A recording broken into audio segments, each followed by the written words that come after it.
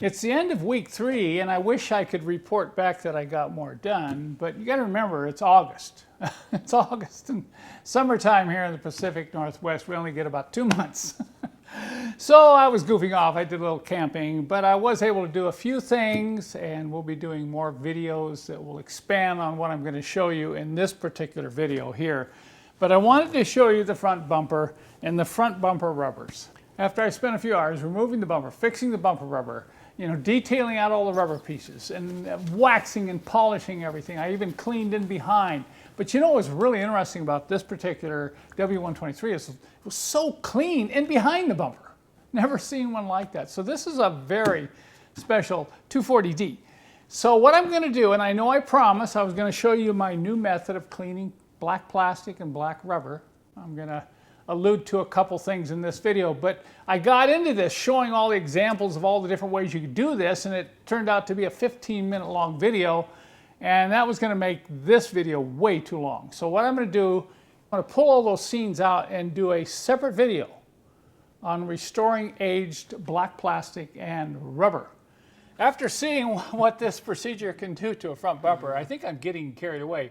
Look at this seal for the hood. Look over here. I cleaned this, and this is what it looks like originally. Now I'm looking at these coolant hoses and thinking, man, I can really make these coolant hoses look beautiful again.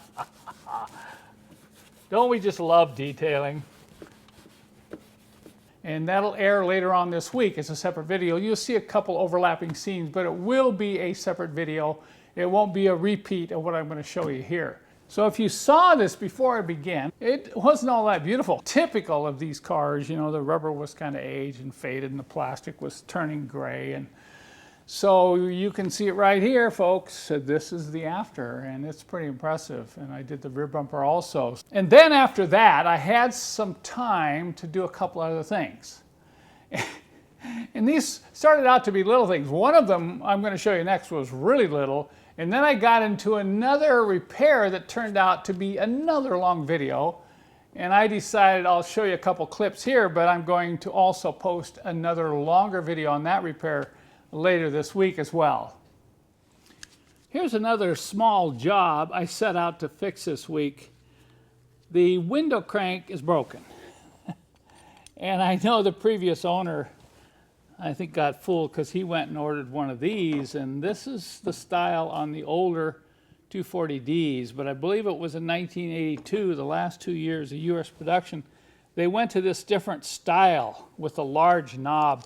Now this is the same crank that's used on the W124 and the W201 and those European models that had hand crank windows. So this isn't a hard part to find. If you search for one, you don't necessarily need to search for W123. Fortunately, I had a good used one in my used parts stash. These are not difficult to find used. They're pretty expensive new, so I would recommend if you need one of these, just search for them used. Now when you install them, that's an easy DIY job. First, I'm going to run the window up and locate where I want. Man, that's tight. Look at that. You know what that means, don't you? Sure enough. Well, that's on my list. Probably sometime in the next week or so, I'm going to have to pull the door panels off. I do that with all these old cars. I just pull all 4 door panels and lubricate everything inside, including the manual window mechanisms on these old 240Es. But this is really stiff. But I'm going to run it up. You can put the handle anywhere you want. Your choice. I tend to put it going straight forward so that I can reach it easily. Okay, where's it going to stay? All right, maybe down one more. Okay, there we go. I'm going to put this plastic ring on first with the heavy side, thick side towards the door panel.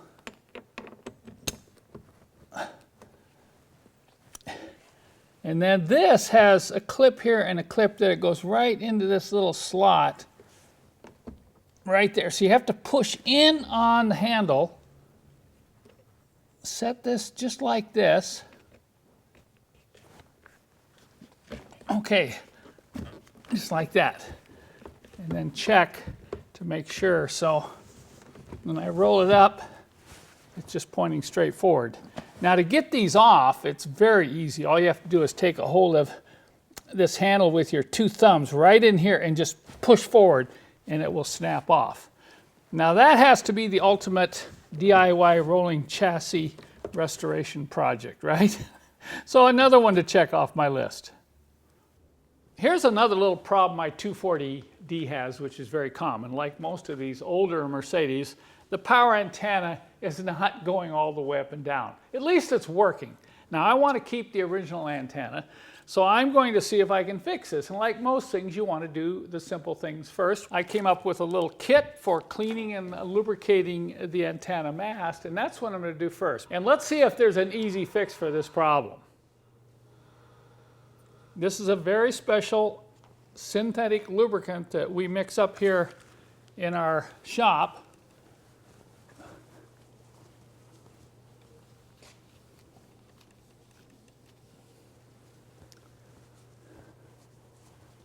Now I found that about 50% of the time this will fix your problem.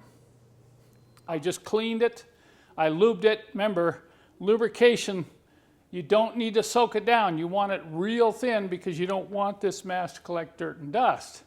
So you want to wipe it down after you lubricate it. And I ran it up and down a few times, and this is the best I can get out of this. So it means I'm going to have to go into the motor and do some adjustment. Check this out. My antenna's fixed, and I'm pretty excited about that. Sometimes you can fight these things if you're trying to restore an old Hirschman. I'm not going to show the whole process in this video. These Monday episodes will get way too long, just like with that plastic and rubber cleaning. I'm going to show a video specific on what I did to repair this antenna later this week. So within 2 to 4 days, you'll get to see the antenna out and how I fix this so it would go all the way down. But look at that, another one checked off the list. Here's another thing I highly recommend that you do anytime you acquire a W123, and that's remove these trunk sidewell liners, the plastic black liners, and the spare tire. Take a look at White Lightning spare tire. I don't think it's ever been removed from the trunk. And just look at the condition of that hold down wing nut. You ever seen one that nice before? So I'm going to go ahead and go into the trunk now and explain why it's so important to remove these items. Let me show you the right side first.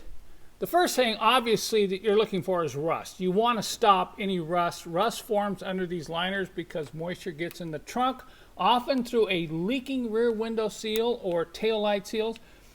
And along with the rust, you want to check these drains. Look at this drain here. It's totally plugged. So there's a drain on each side that has to be cleaned out. So if you do get any water in here, it's not going to fill up and rust out that lower part of the fender. Now, any spots of rust you want to stop immediately with Miracle Paint. Here's just a couple of small ones, and particularly this seam right here. That's the one that can rust through and cause real problems if you don't stop it early. The left side liner, what I'm going to do is make sure that I don't have any rust, and here I do. I have some rust that's just starting right in here. You can see it's starting to flake the metal, and if you don't stop that, it'll rust right through and you'll have a hole in the lower part of your fender. And also look at the drain here. Look at that drain, totally plugged. So these drains never get cleaned out, and that's the reason you want to remove these panels. Now let's go over to the tire well. Once again, you're looking for rust. These generally don't create quite as much rust problems, but you have a drain right here. Now this drain is open, look at that. I don't think I've ever seen an open drain in an old W123 as clean as this one. So I'm going to get the rust taken care of. I'm going to get those drains cleaned, and then I can reinstall the fender panels in the spare tire. Using my new technique to clean plastic and rubber parts, look what I did with this spare tire. It almost looks like a brand new tire. Now I did look at it more closely here, and there are a few scratches from where a hubcap has been installed. So I can't say this spare tire has never been on a car, but it certainly hasn't been on very much. So when I put this back into the trunk, that's almost showroom condition. Let's take a look at the sidewells now. You can see the right side, I've thoroughly cleaned out the drain, and I've put Miracle paint. I'm using the heavy duty Miracle paint, and I put about 3 coats in that long seam and then a little bit over those 2 small rust areas. These were very minor. On the left side I had to do a little more work, particularly along that seam. I had to dig that loose rust out with a screwdriver and a scraper. It's real important to do that. You can put Miracle paint on over rust, but you don't want to put it on over flaky rust. So that got 3 coats, really soaked it down in that seam, and then this area here was also rusty and pitted. And I put 2 coats of the heavy duty Miracle paint on that as well. Now look over here and you can see I got that drain cleaned out, so we're good to go. Now I can clean those inner fender panels. I have a working power antenna now. The sunroof motor's working okay. And I can put those panels back in and my trunk restoration will be complete. Maybe you thought I was kidding when I messed around cleaning up this heater hose, but I came back in 2 days and look at this. I haven't even put any protectant on it. I guess I wasn't kidding around. Now I get to clean all the hoses in the entire engine compartment. And look at that top strip for the hood seal. Look at how well that came out as well. So I'm really excited about my new method of cleaning black plastic and rubber. That wraps it up for week 3. I didn't get the sunroof finished. We're going to cover that in the next video. Getting that sunroof back in. We're also going to deal with the problem I pointed out earlier, and that's getting inside all those door panels and lubricating everything. That's high on my list. And if I get the proper motivation, we'll get in this car and take it for a spin. I know some of you are laughing and you're saying, hey Kent, this is supposed to be a rolling restoration, and all I'm seeing is it's rolling around the shop. That's true. I've been pushing it back and pushing it forward, so you cannot argue that it isn't a rolling restoration. So stay tuned for next week's episode.